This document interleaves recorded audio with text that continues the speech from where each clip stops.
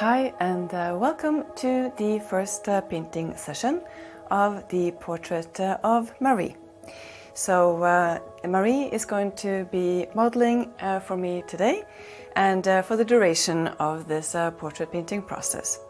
So in beginning the first painting day, we must first create the foundation of the portrait, and there are several ways that we can in essence enter through the gate of the painting process.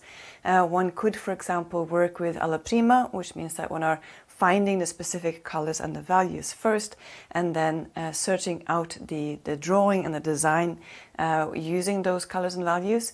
However, in this painting process, we will be using a reductive technique, first applying a imprimatura, and then while the imprimatura is wet, we will then remove some areas to reveal the light shape sort of within the context of the imprimatura.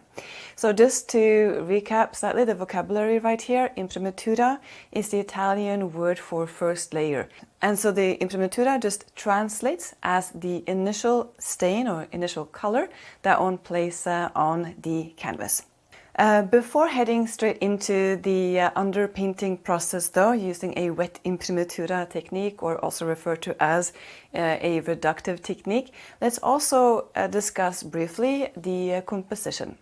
When we compose the portrait, we must also consider the arrangement of shadow and light on the portrait.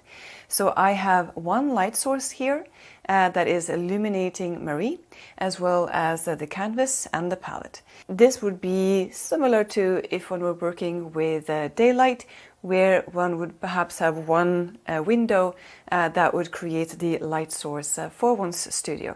So whether you're working with an artificial light or you are working with daylight, absolutely consider the amount of light that is traveling into your composition to make sure that you have some range of shadow as well as light on the portrait. The amount of shadow that exists on the portrait, there isn't really any rule of how much it has to be. You could have a portrait setup that has a fairly flat light situation, or that has a lot of light illuminating the portrait. But to create this illusion of three-dimensionality and the sense of volume, the illusion of the portrait sort of traveling out of the format of the painting, it is absolutely essential to have some contrasts at least between light and dark values. So having a shadow shape is extremely helpful to that end. In addition, the shadow shape is going to also produce a contour by which we can also designate a specific structure. So wherever we have a shadow shape, that tells us greatly about some aspect of the interior structure of the portrait.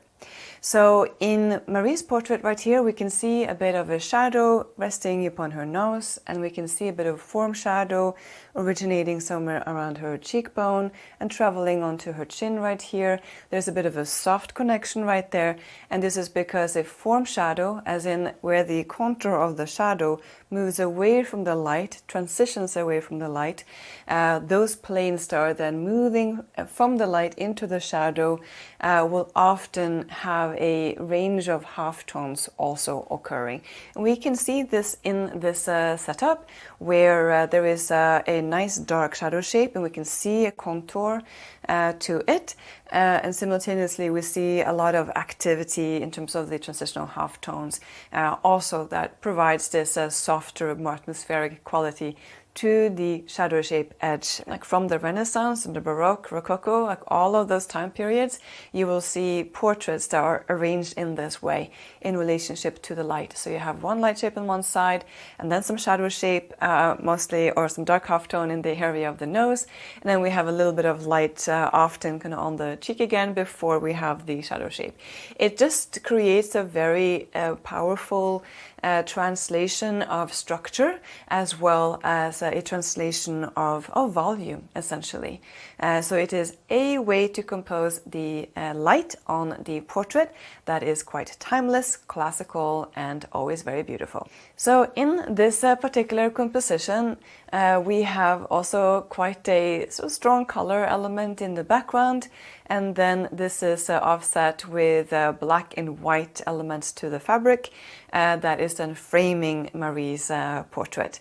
There's also some aspect of this background that is reminiscent to me to some of the Holbein portraits, which I also think are quite beautiful and quite powerful, where there is a strong focus on the element of design as a principle of a strong composition. Before we get into the actual painting process, let's also just have a glance at this composition and look at just some different variations of the pose. And I'd like you to also now pay attention to the design of the shadow and the light to see how the qualities of the shadow and the light sort of is changed slightly depending on the rotation of the pose. So Marie, if you now turn a little bit towards your shadow shape side and continue that rotation, you can see then that this creates, I think, a really strong, very dynamic separation between the shadow and the light as provided with the center line and the information that we see in the profile. So we have the nose especially that is catching a bit of light, and it also is creating a very sort of firm border to the shadow shape. But there's not a lot of light trickling into the shadow shape side, so it becomes very kind of divided perhaps. A half of the face is very much in shadow, the other half is in light. All right, Marie, if you now gradually rotate your portrait here. And this is, I think, a very nice relationship actually between the shadow and the light here, where we have a little bit of a trickle of light that is also landing on her left cheek. So we have a predominantly a shadow shape side, predominantly a light shape side.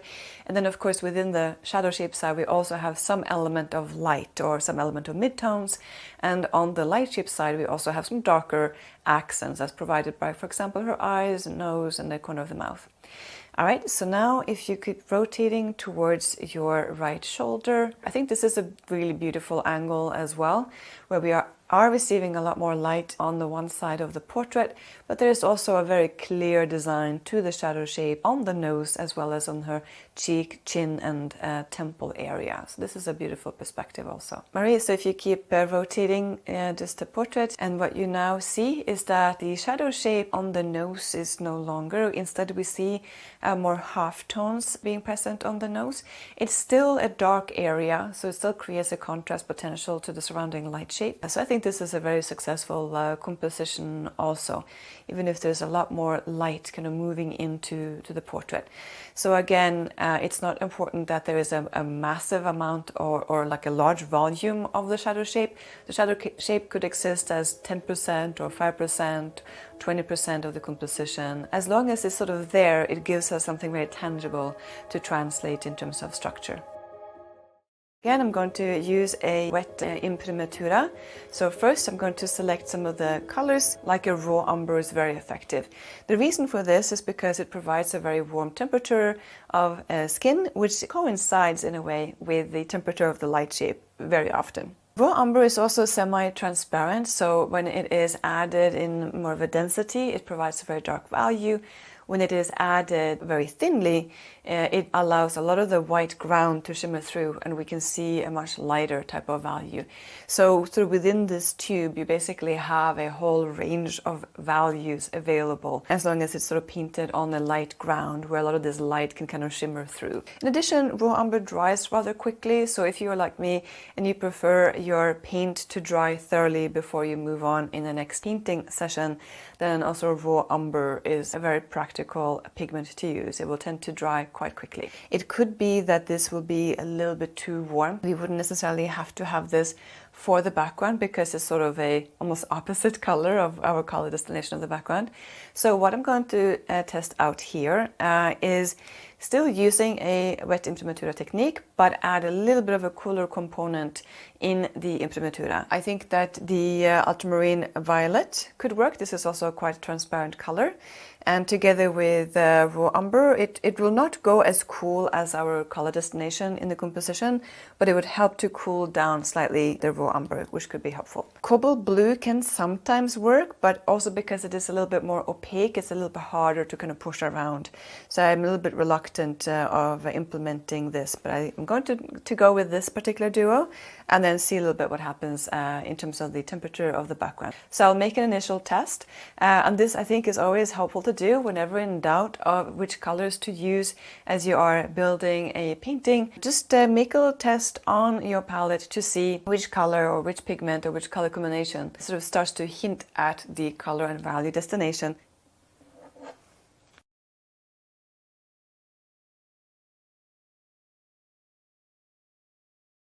Now, just to make a bit of a test, I'm going to just to place just pure raw umber right here. And you can see how warm this is, of course, relative to the composition.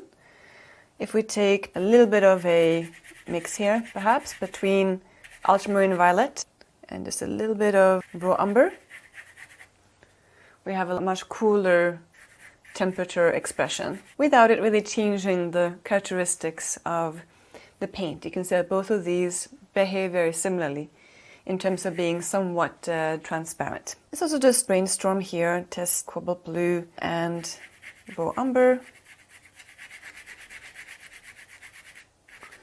The nice aspect of this is that it does reach a much closer destination in terms of the background, but it might be just a bit too cool to really work with as an underpainting for the portrait. So I'm leaning towards this solution. And then maybe, if time allows, we can bring in a little bit of a cobalt blue scumble into the combination of ultramarine violet and raw umber. I don't want to make the choices as too cool right now, because although that may work for the background, it will not work for her skin. She is cooler though than the raw umber, which is why I am bringing in a bit of this ultramarine violet. We see a little bit of like a purple note in her cheek, as well as some cool pinks as well. Beautiful sort of cooler element in the white of the eyes as well. So I'm going to work with this as foundation, and then we can always warm it up a little bit with adding a bit of raw umber if it sort of becomes a bit too cool in some area.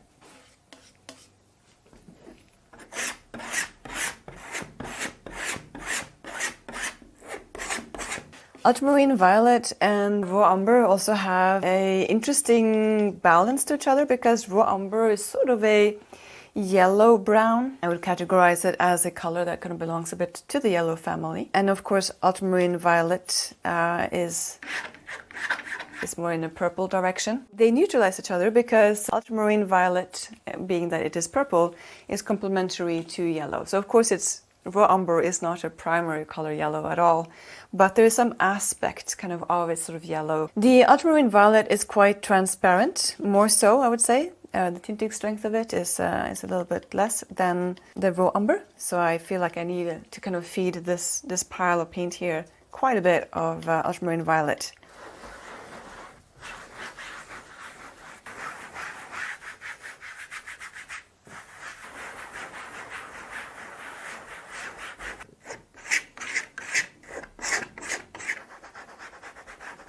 So as we are wiping away the paint in areas in order to reveal the light shape, there's a few different tools that we can use in this stage. One is just to use a regular sort of worn out fabric. That is great just to remove the paint. We can also use Q-tips, which is also an excellent drawing tool. And we can also use brushes. Sometimes scumbling a bit with a hog hair bristle brush can, for example, be a nice way to edit out or eliminate slightly a value in a certain area, or also just work with a gradient of values. But the first step now is to observe the position of the light shapes in the composition and reveal their position and presence by now removing a bit of paint.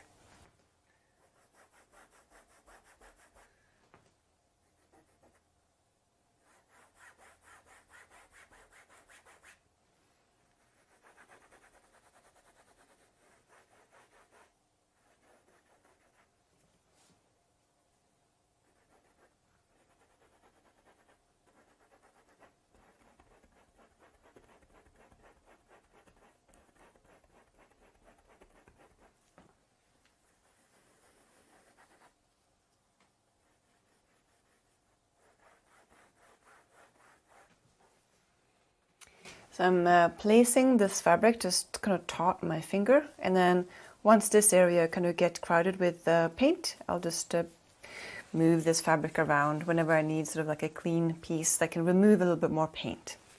But this creates a really nice sense of control in this initial stage.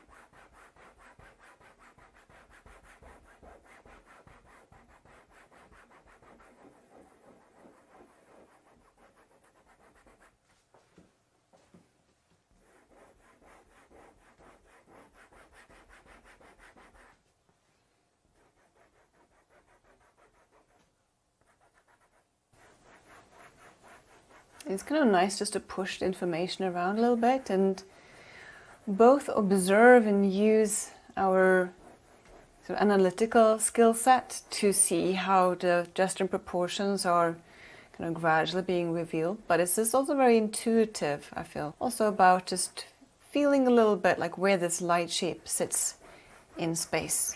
In starting out the blocking in this way, we're looking at the light shape more than the shadow shape. The shadow shape, of course, is a part of this investigation also, and we will be addressing the more specific position of the shadow.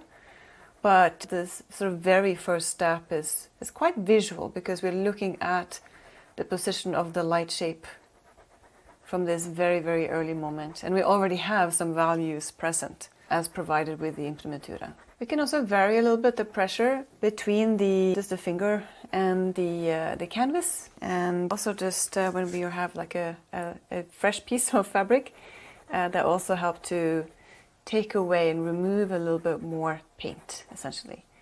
Or if we have a little bit of paint kind of residue in this area, and then we have a bit of a lighter pressure on the canvas, this can also then create a little bit of a gradient of value. So we actually have quite a lot of control, a lot of possibilities, just using this very simple tool. At a certain point in time, this is going to get a little bit clunky, and we would want to switch into a little bit more delicate tools, or tools that can give us a little bit more precision, like for example using a Q-tip.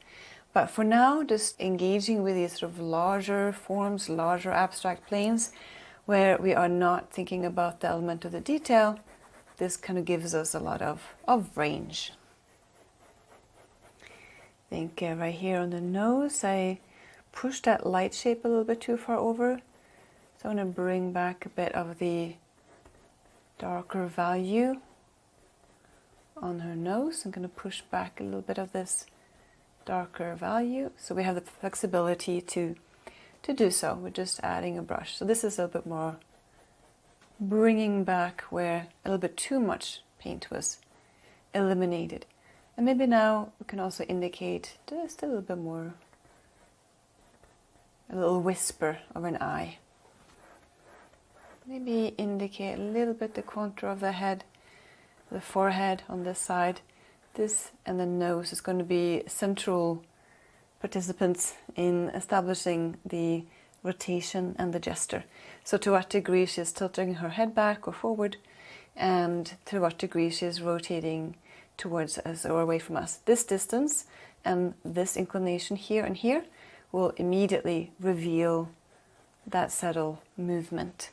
So that's going to be a point of reference to help kind of guide the position of other elements. So now I have just a regular Q-tip. I'm going to find just a little bit more determined shapes. Maybe reveal just a bit more of the light of the forehead in areas as well. And I would like to find just a bit more the position of the contour. And at that point, just using my finger and fabric can just get a little bit too clunky. This now gives a sort of stronger sense of control to some of these more intricate shapes.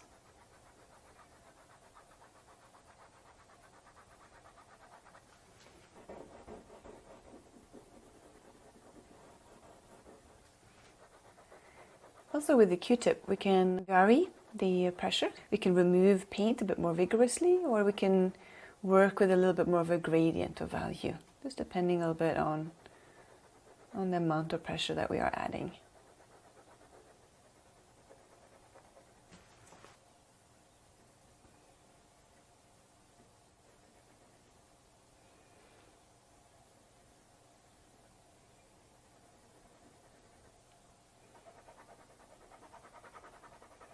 Also with the Q-tip we can work with it a bit as a cross-hatching tool.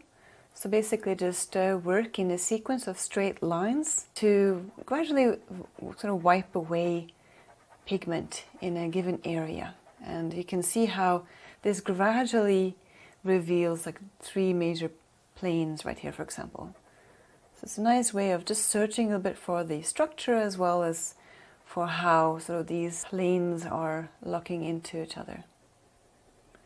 The gesture proportion is not completely set yet. There's still a lot of things that can happen in terms of pushing information around, but we can already start to hint at some element of structure just by how we are revealing this light shape, so that in a way the structure can develop in tandem with the position of these larger shapes. And while this maybe gives us a bit more to juggle, because we're not just looking at the contour of the shadow shape or the light shape, we're also thinking a bit of the gradient of values that tie them together.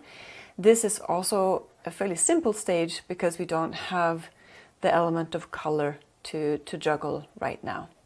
So we have eliminated a kind of very complex element of the painting process, mixing and organizing color. Instead, we are just kind of working within a temperature or kind of color territory that is slightly referring to the color destination in nature. This is sort of a very average tone in a way of her complexion. So it's referring peripherally to the direction that we are going towards, but in a very simple way.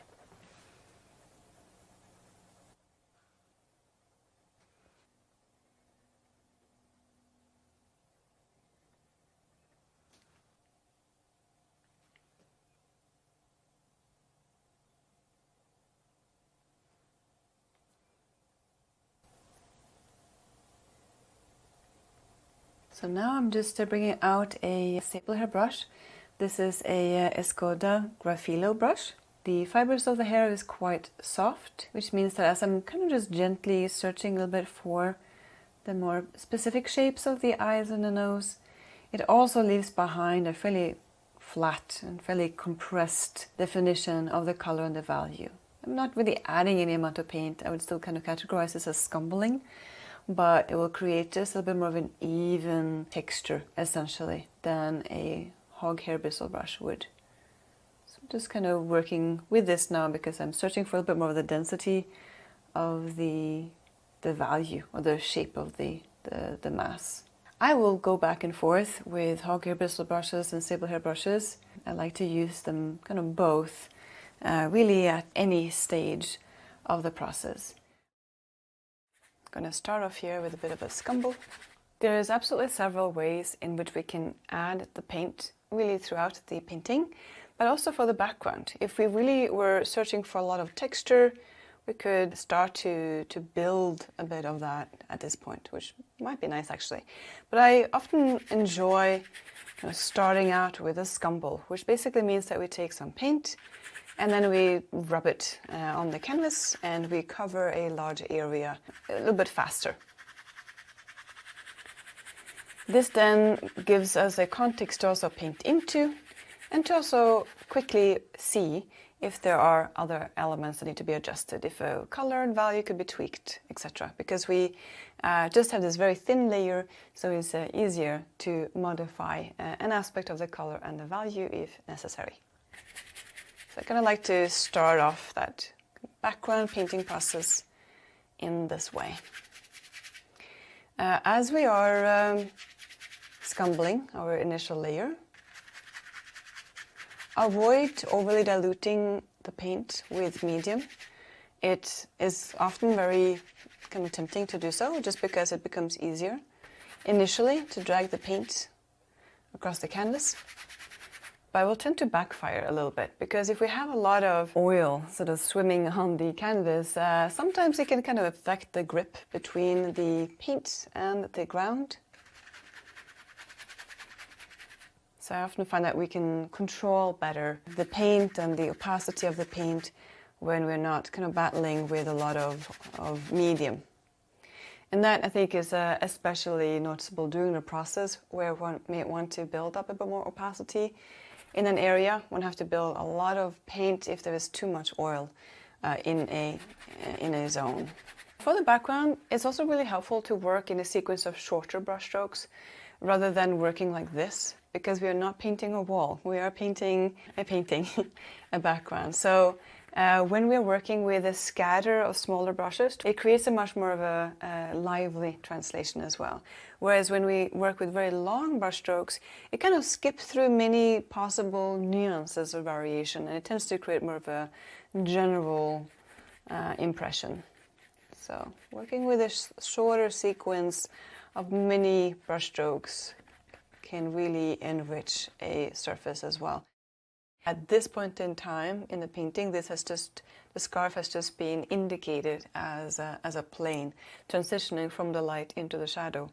But when we bring in the design of the scarf, I think it's just going to add a lot of dimension and a lot of beautiful shape designs and rhythms in this area that I also think can frame the portrait in a very pleasing way. The hair should have overall a very soft atmospheric contour, because it is a sort of atmospheric form. We have, of course, the hair and some strands of hair surrounding this area. So it will have distinctly a softer type of edge. Now I am taking the background color and deliberately painting it into the hair color. And I'll be pushing this back and forth a bit, overlapping the brush strokes in this area, in searching for the shape and the edge variation.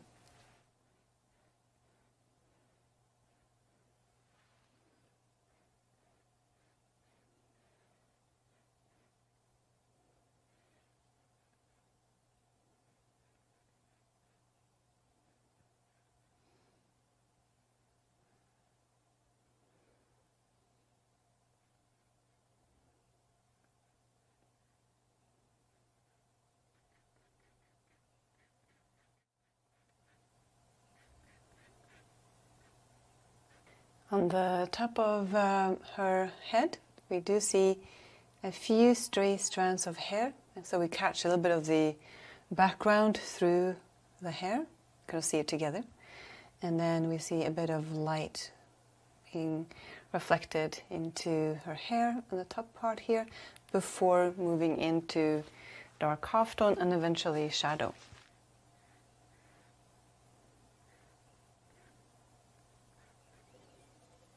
Okay, let's bring out some of the lighter value that we see on her hair. Also just cascading on this side. So on this area, the hair is sort of traveling from the shadow into the light.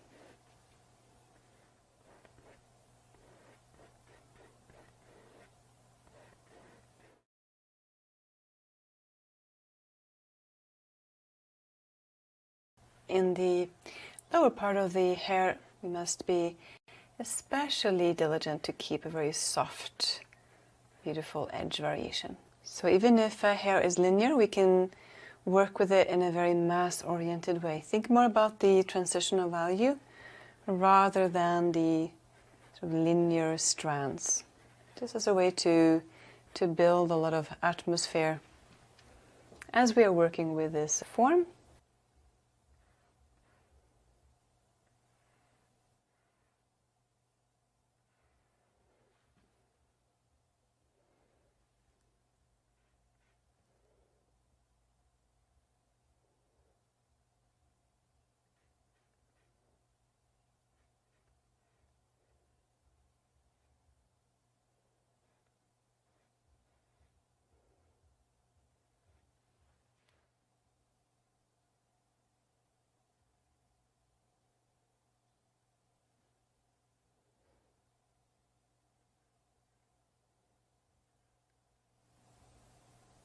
So for the scarf, I'm just adding a couple of value reference points so in the contour of it. So we have this lighter plane here that also adds just a flash of light, and we have some lighter planes here, but these values are darker than the ones on top, as this plane is inherently more illuminated.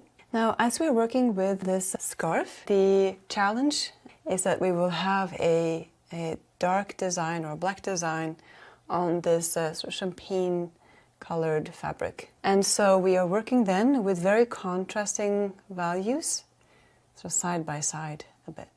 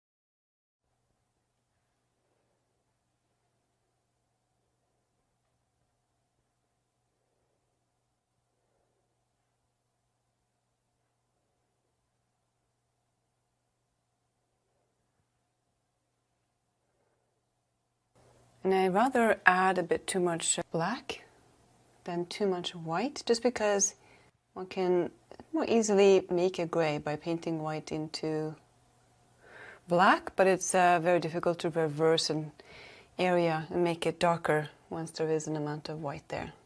So just because of the flexibility element, I think indicating some of those darkest notes first, largely anyway, can be helpful. As we are working with design in detail on something like this scarf, we can work sort of from a few different points. With this strategy, we can indicate a few cornerstones of gesture and proportion. So we can look at these relationships before we have invested a whole lot of time to bring in more information within. And that's much, much harder to judge if we were to paint the design beginning in one area and moving across.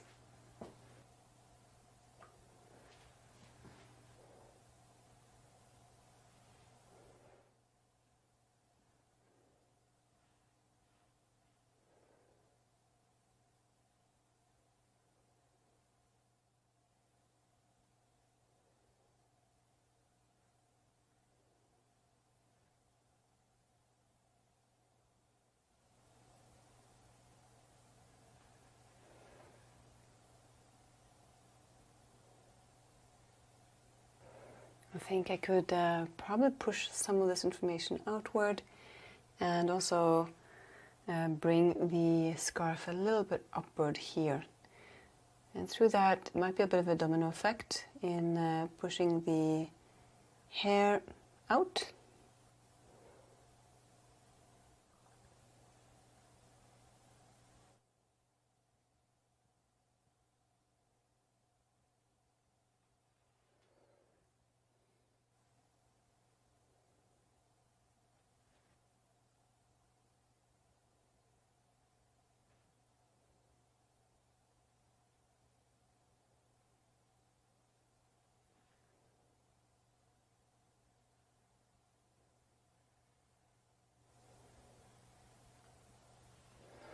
As I am placing this design, I'm also looking at this wedge shape of light to kind of guide the way. So I'm not just looking at the dark design itself, but really the negative shapes. I'm almost equally searching for the surrounding light shape in the situation as the linear movement of this dark design. There's some really intricate overlapping lines in this area. I'll see how far I will push that element. There might be the potential of just simplifying it as well and just prioritizing the larger framework of the shape. So we do not have to document everything, even if nature sort of presents us with that possibility, or the possibility of adding a lot of information. We can also simplify a little bit by choosing to, for example, omit very intricate detail.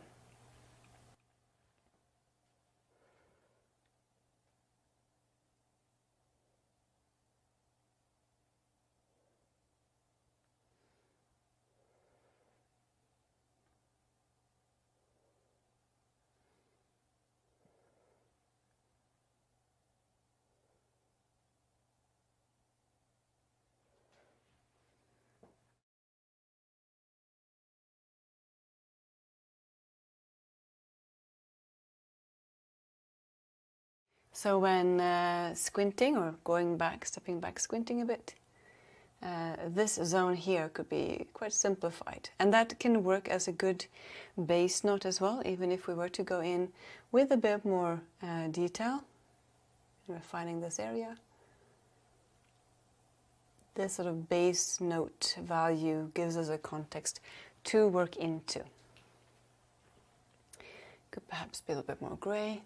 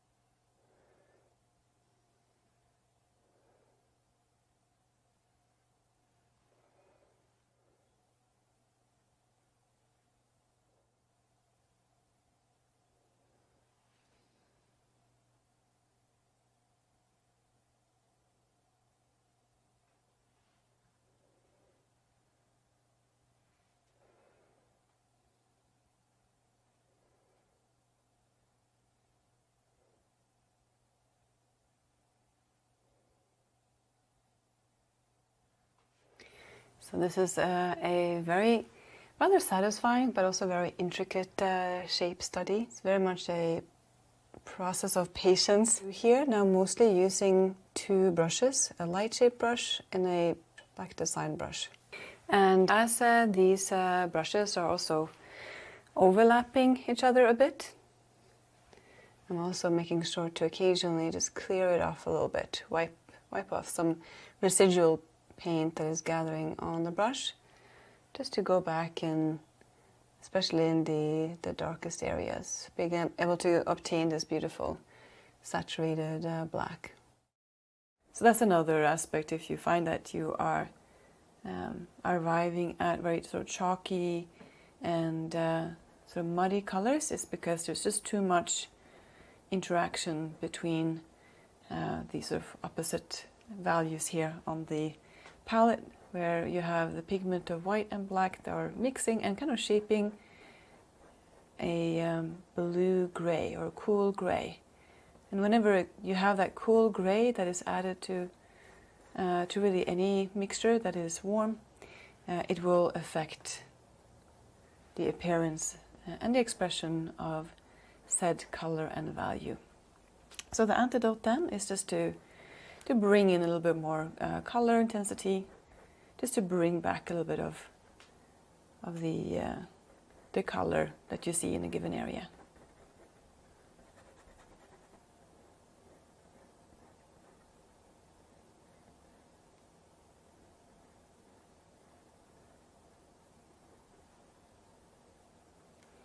Still, this is very much sort of scumbled in, or added at least very thinly. Now that we have a little bit more of a base to work off from, I think this is going to be an area where it would be nice to add a bit of texture as well.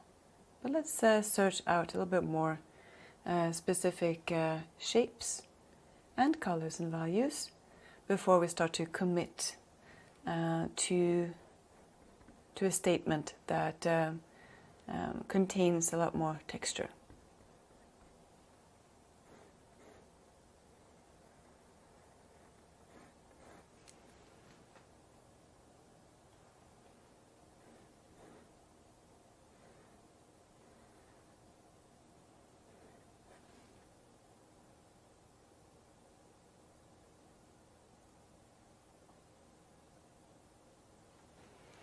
Just placing a cast shadow between the neckline and her skin. I think it could go a little bit darker and a little bit warmer, and the cast shadow here is actually just a little bit darker than the black fabric. So I'm going to see if I can also key that distinction while also maintaining a very kind of warm glow. You're just using umber, burnt umber for this area.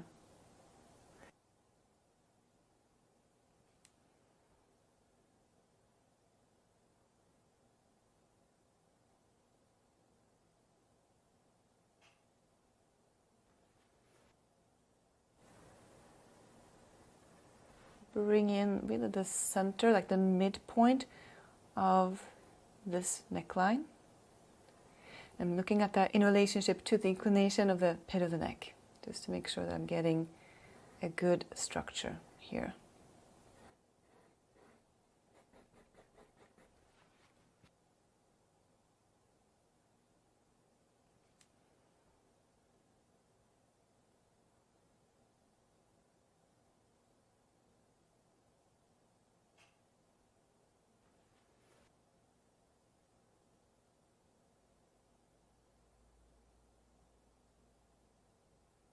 So you have the collarbone in this area that is sort of pushing against the fabric a bit. So this is where this micro shadow diminishes, flattens out. I'm referring to this as a micro shadow because it's distinctly smaller than the shadow shape. We can't really talk about this as really containing any mass or volume. It's much more of a linear accent, but it is still a very important cast shadow that tells us a lot about the connection and the interaction in a way between the fabric and the anatomy.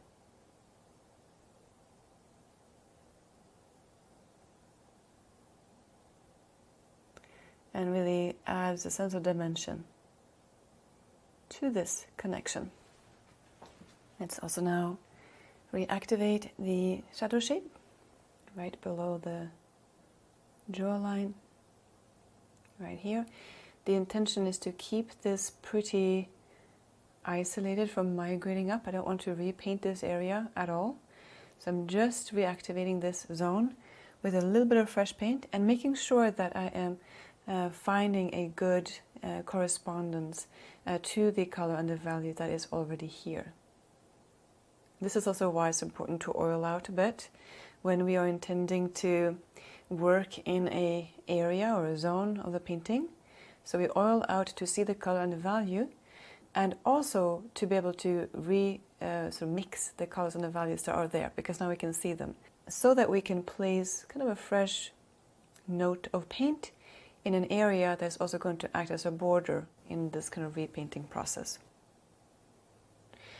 And in terms of mixing the color and the value for the shadow, or remixing colors, sometimes it can be a little bit tricky to get exactly a match, but this is also to do with practice. So through time, through practice, through repetition, one will become much better and much more effective at knowing which colors will have to go into a tint or a shade in order to produce the color and the value that one is searching for. This, to me, is not at all formulaic. It's much more based on observation. Observing what color and value am I going for, and then I will look at, oh, the color and the value that's the closest to my destination is, for example, umber, or it is whichever, and then I will sort of mix my colors and the values from there. Constantly thinking about the color, the value, and the chroma.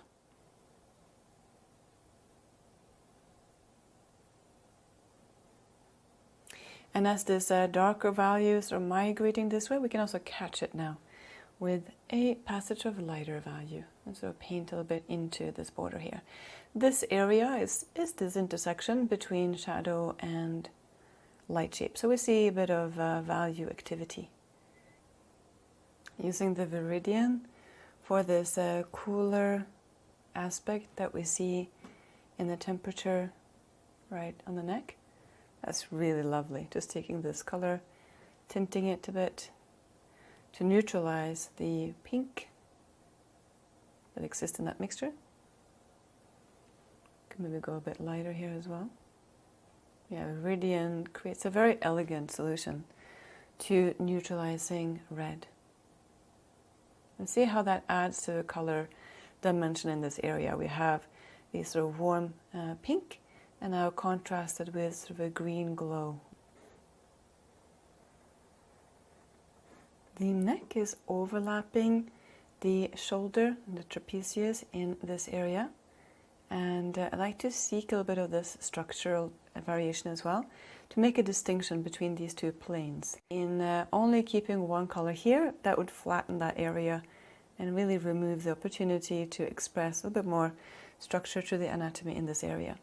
Now, while this is a overlapping plane, and we see the contour of the neck kind of merge almost with the color and the value of the trapezius right behind, the contrast here are extremely minimal. A tendency in this area would be to really place a very dark or very sharp type of edge to really define that shape. But we do not have to do that.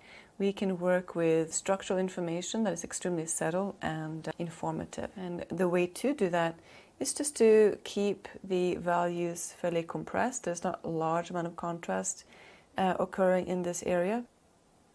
So just to kind of work in accordance with what nature presents. Let's also work with very subtle information here.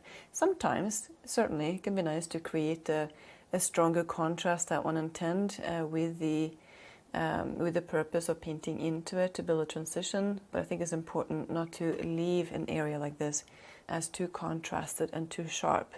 But really trust that you can find structure even in something that is suggested in a very subtle way. I think it is time to now include the interior of the eye, so including the white of the eye in addition to working a bit more with the iris.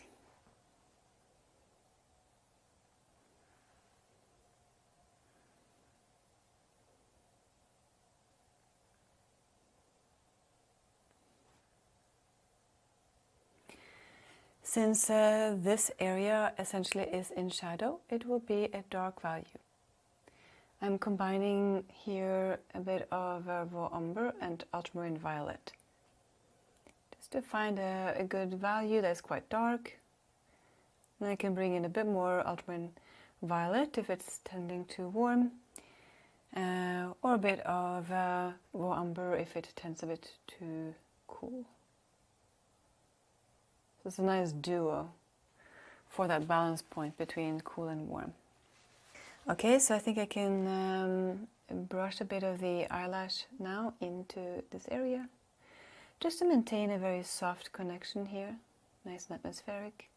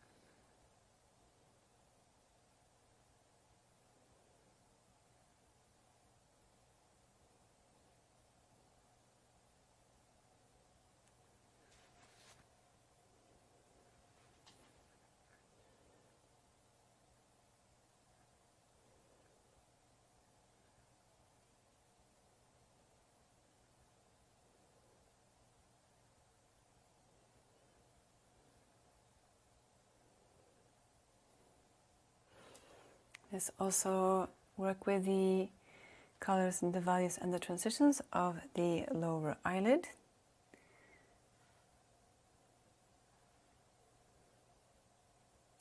And it is a bit of a soft pink hue there, but as we see this plane transition into shadow, it also cools down a bit.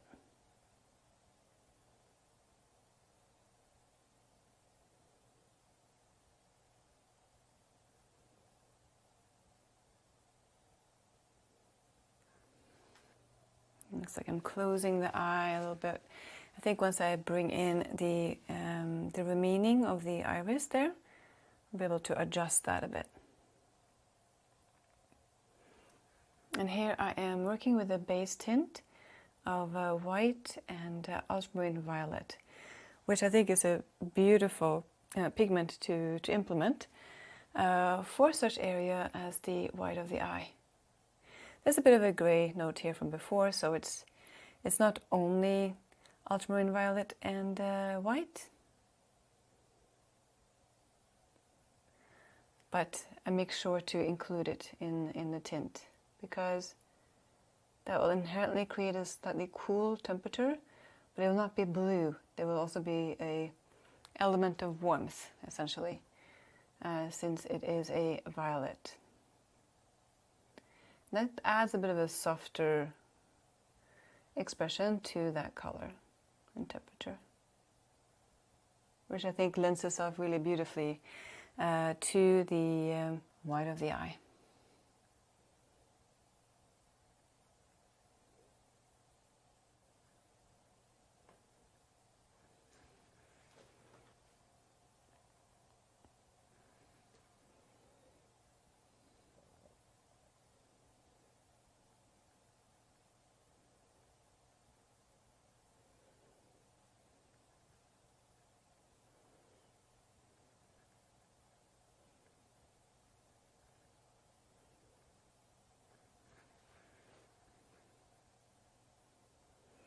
Now, in comparison, you can see how this almost reads as yellow.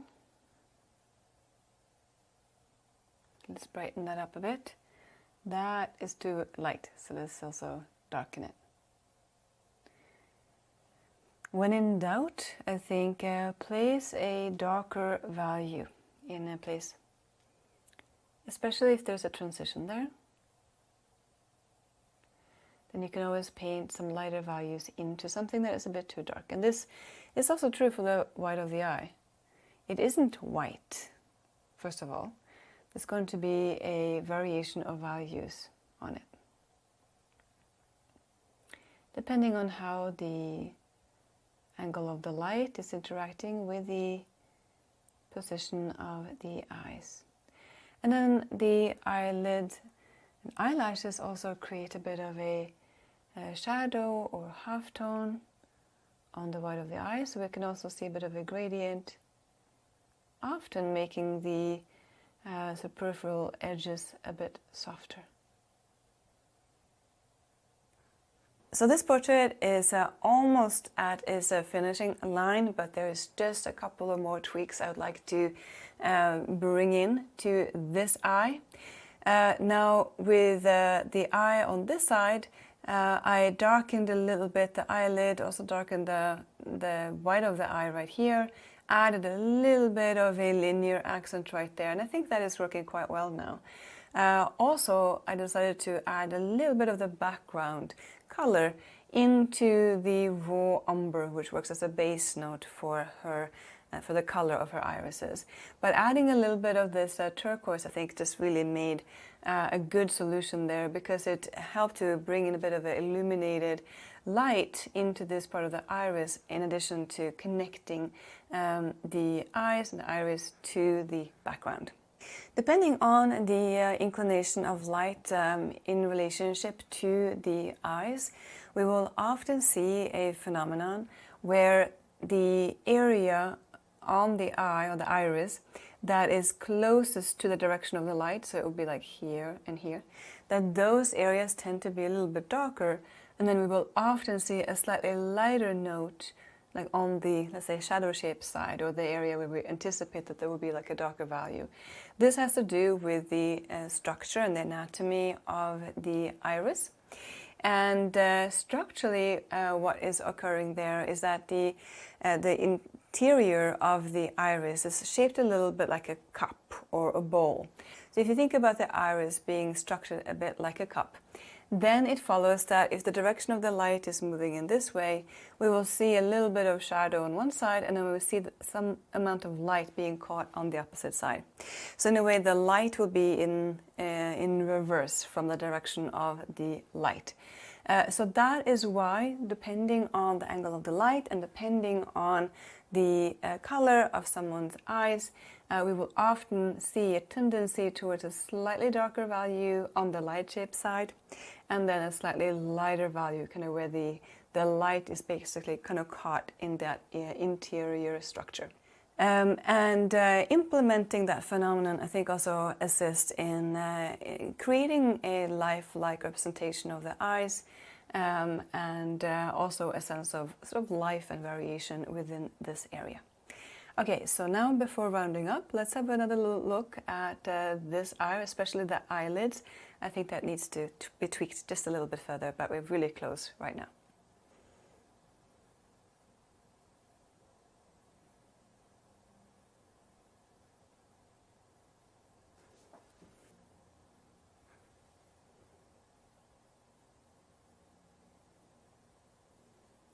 So now I'm just tweaking the eyebrow, just on the one side, just a little bit. I wanted to add some slightly cooler and more nuanced colors and values surrounding that form, and sort of linking it up with the eye socket a little bit more. Essentially just adding a little bit more atmosphere and variation. Just going very sort of carefully forward, because I don't want to remodel completely, but rather work a bit with what's here, with essentially a bit of a scumbo, semi-glaze. Maybe adding just a bit more opacity right there on the eye socket area above the eyelid, just to kind of add a bit of a freshness. Because when we are doing a lot of this very fiddly type detail and adjustment, it can be a tendency to get a bit caught up in that, and not to kind of step back and add a bit more of a sort of juicy brushstroke, which I think can often be a nice balance point to this very sort of fiddly, nuanced, detail-oriented transitions. So that could look very canoodly in a way, but if we can balance the sense of variation and subtle information that we include with a couple of nice kind of fresh statements to the brushstroke, it can really help in keeping everything a bit together and keeping that balance point between detail and unity. I think I can push this lighter plane just a little bit down right here.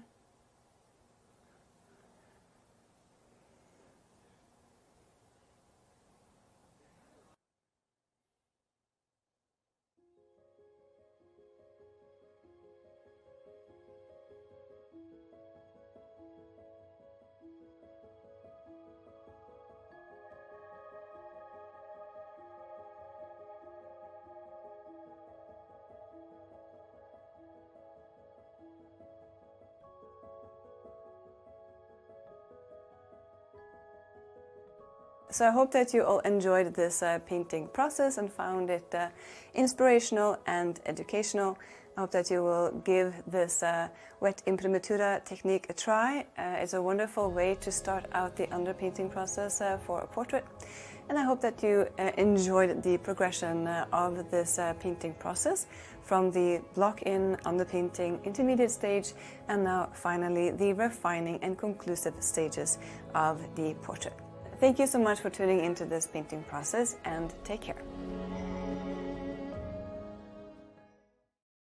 My name is Cornelia Hernes, and I am an artist living and working in Norway. From early childhood, I always loved to draw. I really took a lot of pleasure and joy in organizing visual information and just drawing, making something look beautiful and being able to sort of meditate on that craft essentially. What makes a portrait great? What actually happens during the painting process that ensures a winning portrait?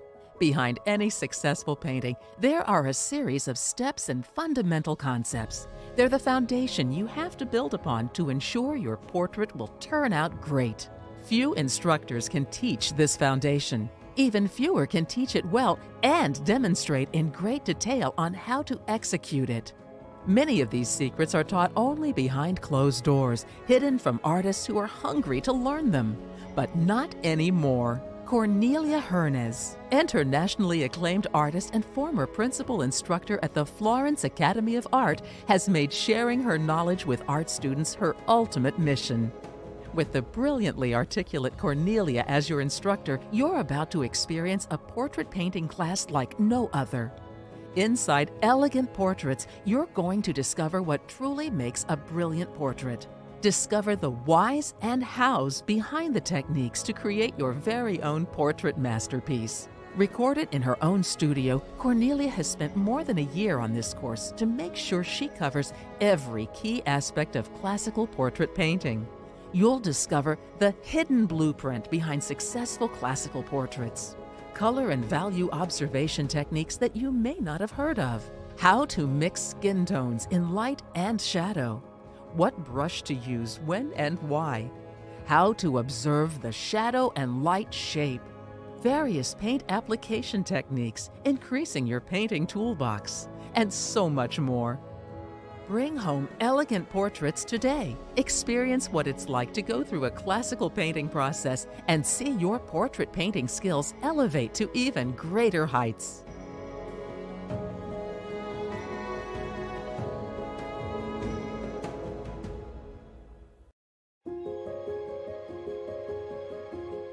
My name is Cornelia Hernes, and I am an artist living and working in Norway. So if you want to know more about me and who I am, please stay tuned.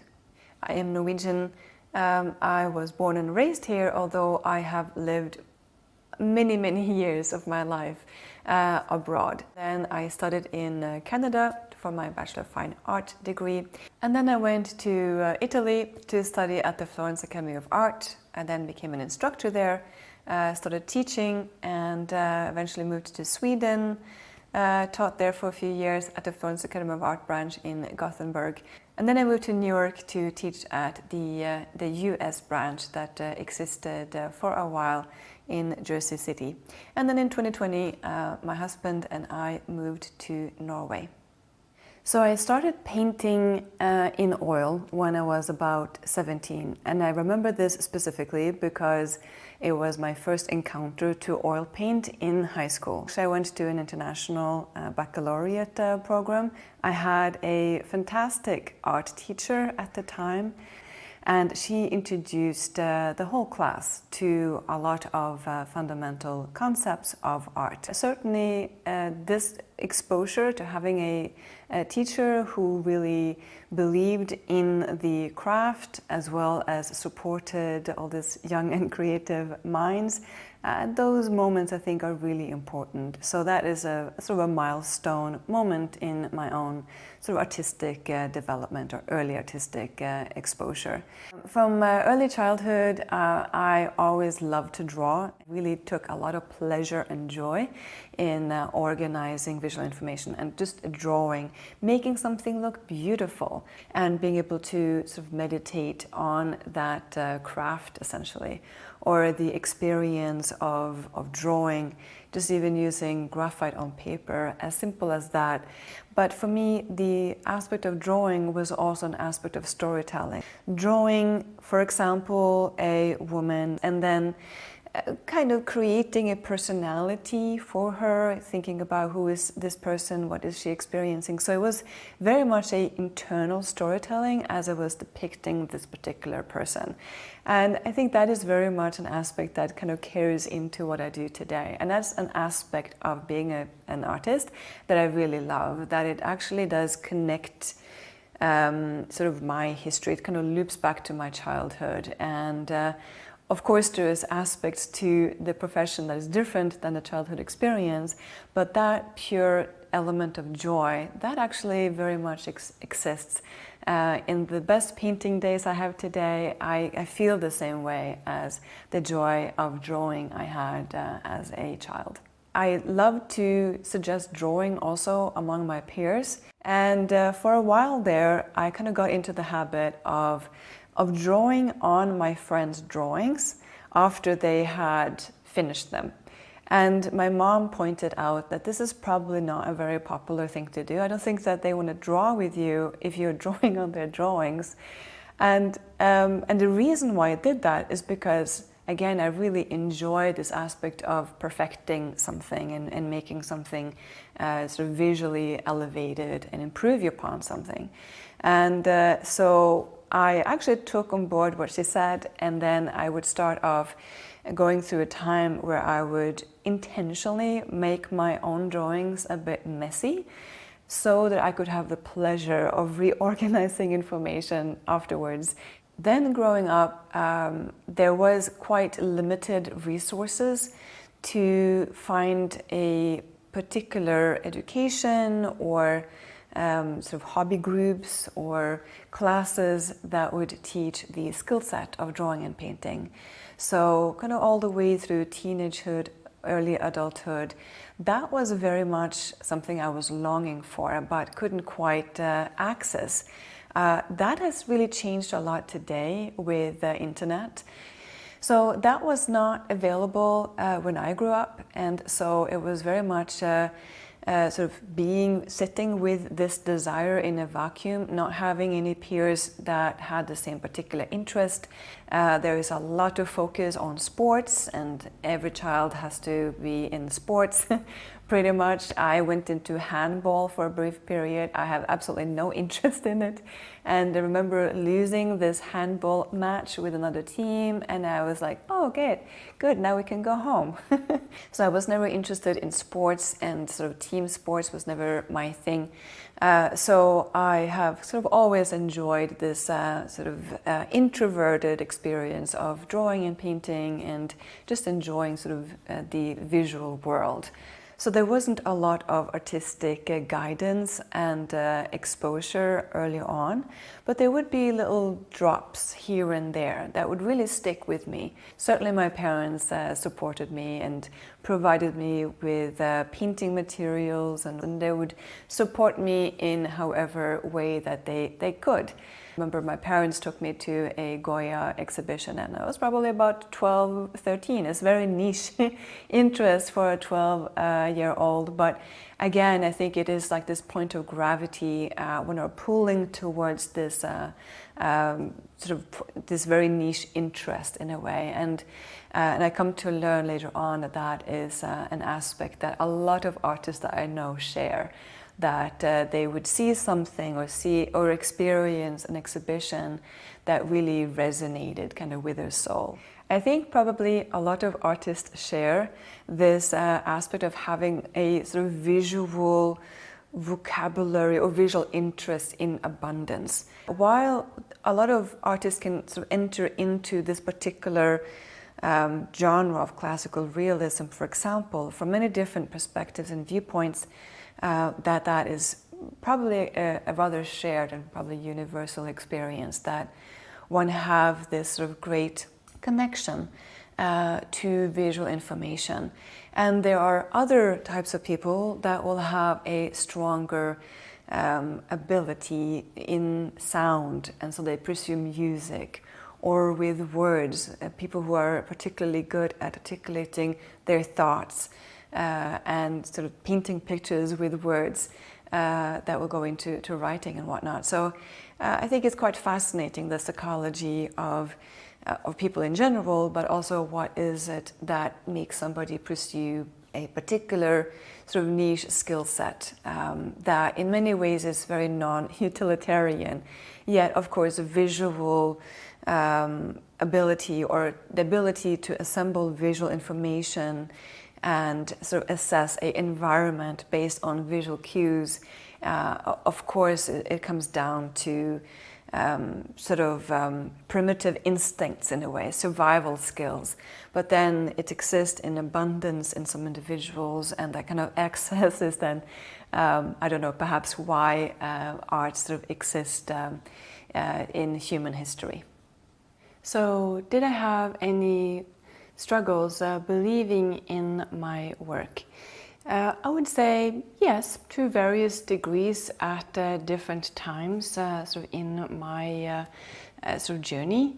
There is sort of a time before going to the Florence Academy of Art, which is where I did my academic training in this field, which provided a lot of answers, and I found a sense of clarity to the process, whereas I was just fumbling before.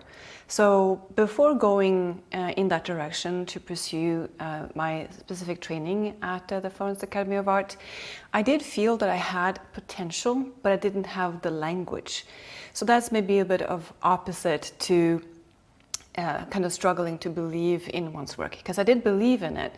I just recognized I didn't have the tools necessary in order to express myself visually. And that, of course, was quite frustrating. Probably throughout somewhat, especially kind of postgraduate, when one do not have the sort of instructors or a program or a curriculum to lean onto. You are independent now, but you're still kind of in a process of learning and acquiring knowledge and experience and understanding. You still have to do a lot of experimentation and sort of fail forward, if you will. Maybe at that time also intermittently you'd have that kind of element of frustration that will happen when we are reaching our limitations, and sometimes frustration can manifest as, for example, self-doubt. So that, occasionally pops up. It's a little bit like this voice that one starts to recognize, and that, through time and experience, one don't pay a special heed to. We'll just hear it and ignore it and move forward. I think that's important as well. And of course, through experience, you realize that you can paint yourself out of an issue.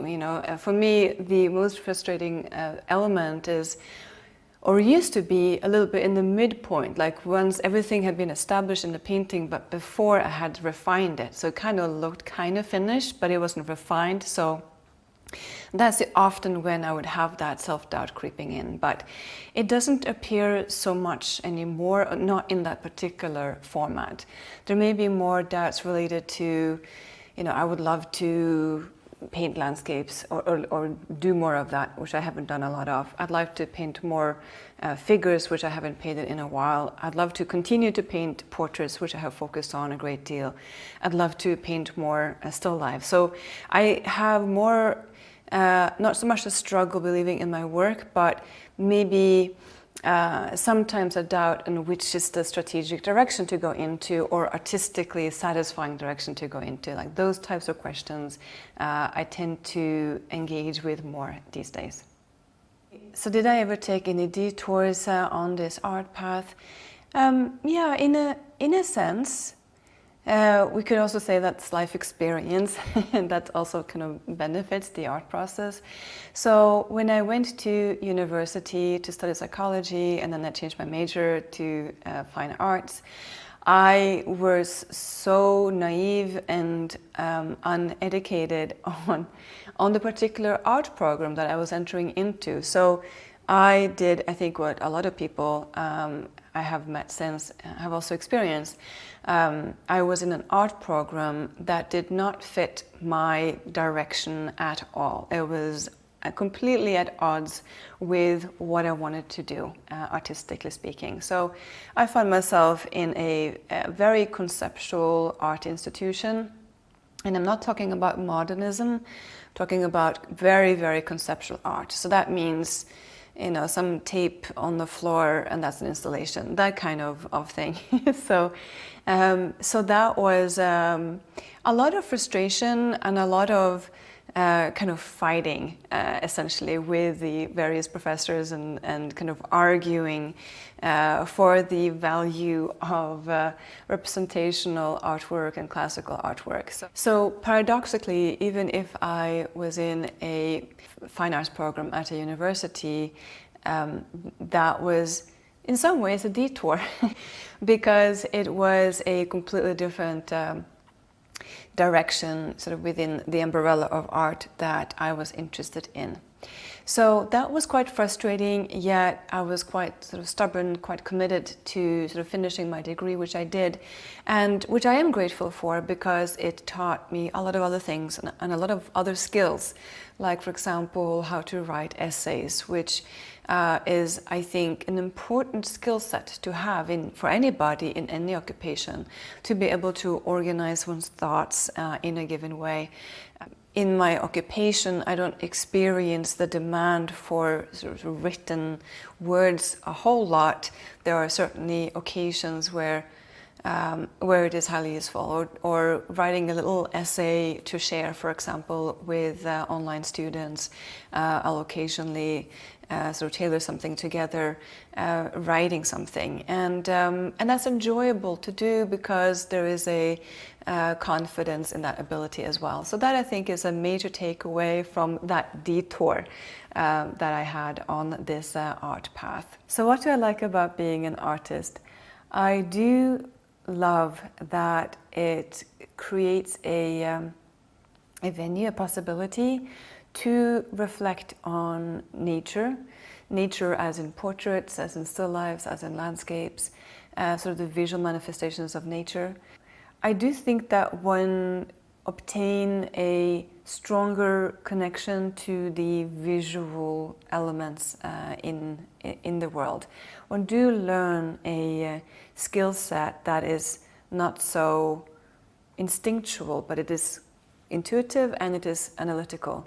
Having a vocabulary to shadow shape, light shape, learning about the phenomenon of light, looking at the building, knowing where the light is going to hit it at a certain time of day. The sort of side effects of knowledge, which is good, which happens as a way of becoming an expert on assembling visual information.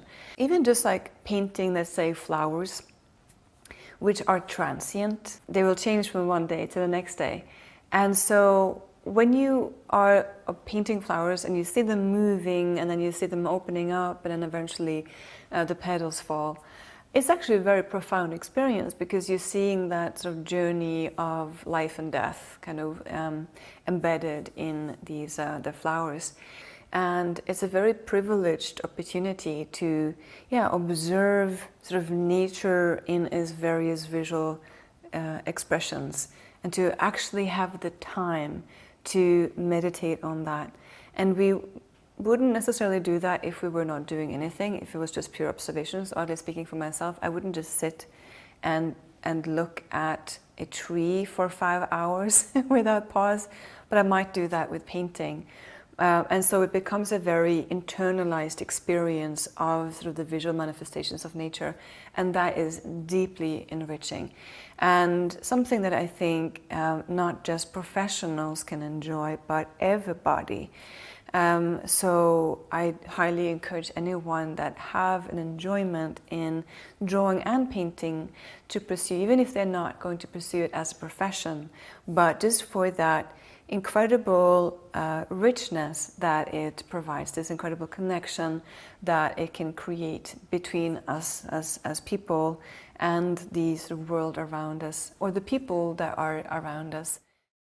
My name is Cornelia Hernes, and I am an artist living and working in Norway. From early childhood, I always loved to draw. I really took a lot of pleasure and joy in organizing visual information and just drawing, making something look beautiful and being able to sort of meditate on that craft, essentially.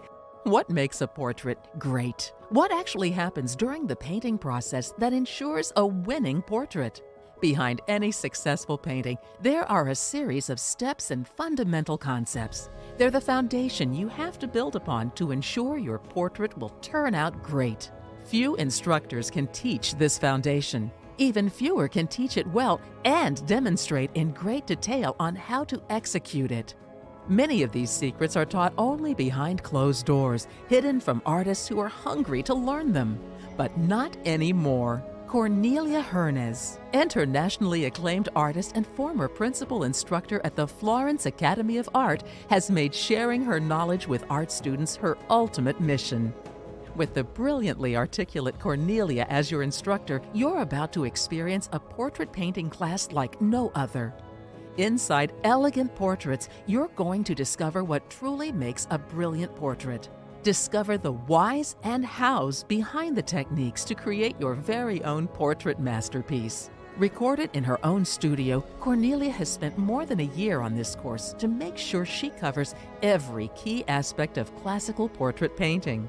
You'll discover the hidden blueprint behind successful classical portraits, color and value observation techniques that you may not have heard of, how to mix skin tones in light and shadow, what brush to use when and why, how to observe the shadow and light shape, various paint application techniques, increasing your painting toolbox, and so much more. Bring home elegant portraits today. Experience what it's like to go through a classical painting process and see your portrait painting skills elevate to even greater heights.